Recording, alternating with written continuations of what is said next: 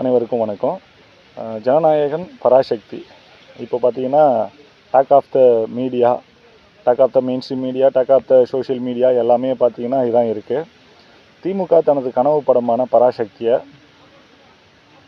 Sivakarthikeyan plus Jayam Ravi, Atharva இவங்க 3 பேரையும் வச்சு ப்ளே பண்ணியிருக்காங்க. இந்த படம் வந்து பொங்கலுக்கு வருது. இது கிட்டத்தட்ட பார்த்தீங்கன்னா விஜய்க்கு எதிராக இந்த படத்தை களம் கொண்டு வந்திருக்காங்க திமுக அப்படின்னு தான் சொல்லணும். குறிப்பாக பார்த்தீங்கன்னா ஜனநாயகன் வந்து அவங்க பொங்கலுக்கு ரிலீஸ் பண்ண போகிறதா இப்போவே சொல்லியிருந்தாங்க. அதே போல் ஜனவரி 9ஆம் தேதி ஜனநாயகன் ரிலீஸ் ஆகுது. அடுத்த நாள் 10ஆம் தேதி பராசக்தி ரிலீஸ் ஆகுதா சொல்லியிருக்காங்க. இப்போ இதில் நகைப்புக்குரிய விடயம் அப்படின்னு என்னென்னு பார்த்தீங்கன்னா, விஜய் படம் வந்து சுமாராக இருந்தாலே சூப்பராக ஓடும். சிவகார்த்திகேயனுக்கு அந்த அளவுக்கு ஃபேன் பேஸ் இருக்கா அப்படின்னு கேட்டிங்க அப்படின்னாக்கா இருக்குது, இல்லைன்னு சொல்ல முடியாது. பட் விஜய் கூட கம்பேர் பண்ணும்போது கம்மி தான். ஆனால் திமுக வந்து இதை வந்து இந்த ஜனநாயகன் மாபெரும் வெற்றி அடையக்கூடாது, இதனால் அவருக்கு ஓட் பேங்க் எதுவும் போயிடக்கூடாது. ஏற்கனவே விஜய் வந்து ரொம்ப தலைவலி கொடுக்குறார் திமுகவுக்கு. ஸோ அதுக்கு எதிராக இந்த படத்தை, அதுவும் குறிப்பாக இந்த இந்தி திணிப்பை கையில் எடுத்து இந்த படத்தை எடுத்திருக்காங்க. இந்த இந்தி திணிப்பு வந்து அந்த காலகட்டத்தில் அண்ணா இருந்த காலத்தில் இது மிகவும் கை கொடுத்தது திமுகவுக்கு அப்படின்றதுல மாற்று கருத்து இல்லை. ஆனால் இந்த டைமில் இப்போ இருக்கிற ஜென்சிக்கு இந்த இந்தி திணிப்பு இதை பற்றிலாம் நீங்கள் படம் எடுத்தீங்க அப்படின்னா அது எந்த அளவுக்கு நிற்கும் அப்படின்றது ஒரு கேள்விக்குறி தான். ஜனநாயகன் கமர்ஷியல் படம், இது ஒரு கமர்ஷியல் எலிமெண்ட். பட் திமுகவோட கோர் அஜெண்டாவை கையில் எடுத்துக்கிட்டு மன்னிக்கணும் பராசக்தி வருது. இப்போது பொதுவாக ஒரு பழமொழி சொல்லுவாங்க, உனக்கே அவ்வளோ இருந்தால் எனக்கு எவ்வளோ இருக்கும் அப்படின்ற மாதிரி. அந்த துப்பாக்கி கையில் வாங்கின சிவாவுக்கு அப்படி எவ்வளோ இருந்துச்சுன்னா விஜய்க்கு எவ்வளோ இருக்கும்.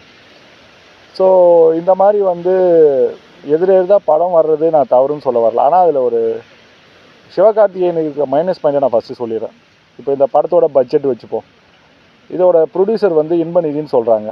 நாளைக்கு வந்து நீங்கள் சொல்கிற மாதிரி, அதுவும் திமுக சொல்கிற மாதிரி அவங்கள்ட்ட இடி இருக்குது, அமலாக்கத்துறை இருக்குது. இதை வச்சுக்கிட்டு உங்களை வந்து சிவகார்த்திகேயனை நிற்க வச்சு இன்பநிதியோட ப்ரொடியூசரில் நீங்கள் நடிச்சிருக்கீங்க, இந்த படத்தோட பட்ஜெட் என்ன, உங்களுக்கு எவ்வளோ ஒயிட்டில் கொடுத்தாங்க, எவ்வளோ பிளாக்கில் கொடுத்தாங்க அப்படின்ற கேள்வி வருமா இல்லையா? சப்போஸ் அவங்க பழி வாங்கும் நடவடிக்கை இதை எடுத்தாங்கன்னா இது சிவா இதில் அடிபடுவார். இது ஒன்று. ரெண்டாவது ஒரு விஷயம் பார்த்தீங்கன்னா, விஜய் வந்து துப்பாக்கி அவர் கையில் கொடுத்து போனதுக்கப்புறமா விஜய் ரசிகர்களுக்கும் சிவகார்த்திகேயனை கொண்டாடிட்டு தான் இருந்தாங்க. ஆனால் இப்போது கடைசியாக நான் ஒரு தேட்டரில் நடந்த ஒரு சம்பவம் கூட பார்த்தேன். அந்த ஜனநாயகன் ட்ரெய்லர் வந்து ஒரு தேட்டரில் ரன்னிங் பண்ண போகிறேன்னு சொல்லியிருந்தாங்க. நிறைய விஜய் ரசிகர்கள் அந்த இடத்துல கூட கூட்டியிருந்தாங்க. அதே தேட்டரில் சிவகார்த்திகேயனோட பராசக்தி படத்துக்கு ஒரு சின்னதாக ஒரு பேனர் மாதிரி முன்னாடி வச்சுருந்தாங்க. அது எப்படி கீழ்ச்சி தூக்கி போட்டாங்கன்னு உங்களுக்கே தெரியும். நீங்கள் விஜய்க்கு எதிராக சிவாவை நிற்க வைக்கணும்னு நினச்சது ரொம்ப தப்பு. அதுக்கு மேலே இன்னொரு பெரிய தப்பு பண்ணுறீங்க. இப்போது விஜய் அவர் வந்து சினிமா ஃபீல்ட்லேருந்து வராருன்னு கத்திட்டு இருந்தீங்களா? நீங்கள் விஜய் எதுக்கிறதுக்கு திரும்ப ஒரு சினிமா நடிகரே கூட்டாந்து அவருக்கு ஆப்பனண்ட்டாக களை இறக்கி அவரை பீட் பண்ணிடலான்னு பார்க்குறீங்க பாரு. அது ரொம்ப ஒரு தவறான வழியை தான் இருக்கும் அப்படின்னு நான் சொல்கிறேன். ஏன்னா நீங்கள் தான் சொல்லுவீங்க உங்களுக்கு கொள்கை தான் முக்கியம் அப்படின்னு சொல்கிறீங்க. நீங்கள் திரும்பவும் சொல்கிறீங்க இந்த படம் கொள்கையை தாண்டி தான் பேச போகுது, திமுக கொள்கையை தான் பேச போகுது. அப்போ வந்து சிவாஜி கணேசன் நடிப்பில் கலைஞர் கலைவண்ணத்தில் கதைவாசனத்தில் வந்த பராசக்தி நிறைய மாற்றத்தை கொண்டு வந்தது. தமிழ் சினிமாவுக்கு அந்த படம் மிகப்பெரிய உத்வேகமாக இருந்தது. தமிழ் சினிமாவில் ஒரு முக்கியமான படம், அதில் யாரும் மாற்றுக்கிறது கிடையாது. குறிப்பாக அந்த கோட் சீனில் சிவாஜி கணேசனோட உடல் மொழியாகட்டும், பாவனையாக இருக்கட்டும், வார்த்தை உச்சரிப்பாக இருக்கட்டும், ரொம்பவே ரசிக்கும்படியாக இருந்தது. அதில் மாற்றுக்கிறது கிடையாது. ஆனால் இன்றைக்கி விஜய் அப்படின்ற மாபெரும் பிம்பத்தை எதிர்க்கிறதுக்கு நீங்கள் சிவகார்த்திகேயன், ஜெயம் ரவி, அதர்வா 3 பேரையும் பயன்படுத்திருக்கீங்க. வாழ்த்துக்கள். உங்களோட முயற்சி வெற்றி பெற என்னுடைய வாழ்த்துக்கள். ஆனால் குறிப்பாக சொல்லணும்னு பார்த்தீங்கன்னா, விஜயை எதிர்க்கிறதுக்கு சிவா போதுமான நடிகர் கிடையாது. நீங்கள் வந்து திரும்ப வந்து விஜய் பக்கம் ஆளுங்களை சேர்க்கறதுக்கான வழியை தான் வகுக்கிறீங்க அப்படின்னு நான் சொல்லுவேன். அதோடு மட்டும் இல்லாமல் விஜய் வந்து ஒரு படத்தை நடிச்சிருக்காரு, அந்த ஜனநாயகன் இன்றைக்கி ரிலீஸ் ஆக போகுது அப்படின்ற பட்சத்தில் நீங்கள் அவருக்கு எதிராக வந்து கொள்கை ரீதியாக இவ்வளோ நல்லா பேசிட்டு அவங்க தற்கூரின்னு சொல்லிவிட்டு நீங்கள் தற்கூரித்தனத்தெல்லாம் தாண்டி திமுகவுக்கு நீங்கள் 60 வருஷ கட்சி, பாலவி அக்காண்ட கட்சி, நாங்கள் நேற்று வந்தோன்னே பார்த்து பயப்பட மாட்டோம் அப்படின்னு சொல்லிக்கிட்டு இருக்கீங்க. பொதுவாக ஒன்று சொல்லுவாங்க, ஒருத்தனை பார்த்து நான் பயப்படலன்னு சொல்கிறோம், நான் பயப்படுறேன்னு தான் அர்த்தம் அப்படின்னு.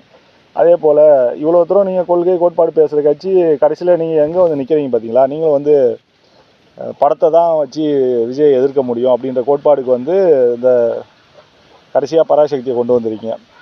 அதோட இதில் பெரிய காமெடி என்னன்னாக்கா, ஜனநாயகனை பீட் பண்ணிடுச்சு. இப்போது இன்றைக்கி நியூஸ் அதான், ஜனநாயகனை பீட் பண்ணிடுச்சு பராசக்தியோட ட்ரைலரு. 4.1 கோடி பார்த்துட்டாங்க, 4 கோடி பார்த்துருக்காங்க. ஆனால் ஜனநாயகன் 3.9 கோடி தான் பேர் பார்த்துருக்காங்க அப்படின்னு. ஒன்று சொல்கிறேன், நல்லா புரிஞ்சுக்கோங்க. பொதுவாக எல்லா கட்சிக்குமே பார்த்தீங்கன்னா ஊடகத்துறைன்னு ஒன்று இருக்கும். அதில் குறிப்பிட்ட சில பேர் வேலை செய்வாங்க. இது சோஷியல் மீடியாவாக இருந்தாலும் சரி, மெயின்ஸ்ட்ரீம் மீடியாவிலும் சரி.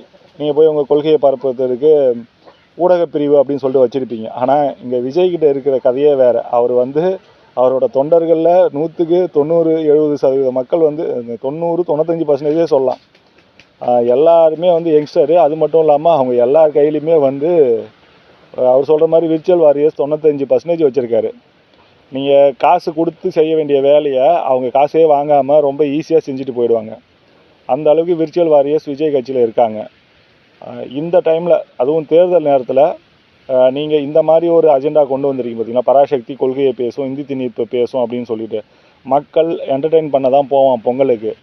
நீங்கள் அந்த டைமில் அவனுக்கு என்டர்டெயின் பண்ணுற மாதிரி படம் கொடுத்தா தான் ஓடும். பொங்கலை பொறுத்த அளவுக்கு ஒரு நீண்ட நெடிய விடுமுறை வருது.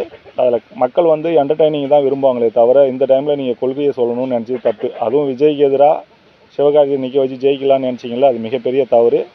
இது கிட்டத்தட்ட வந்து உங்களுக்கு பேக் ஃபயர் தான் ஏற்படுத்தும் அப்படின்னு சொல்லிட்டு இந்த வீடியோவை முடிக்கிறேன். நன்றி, வணக்கம்.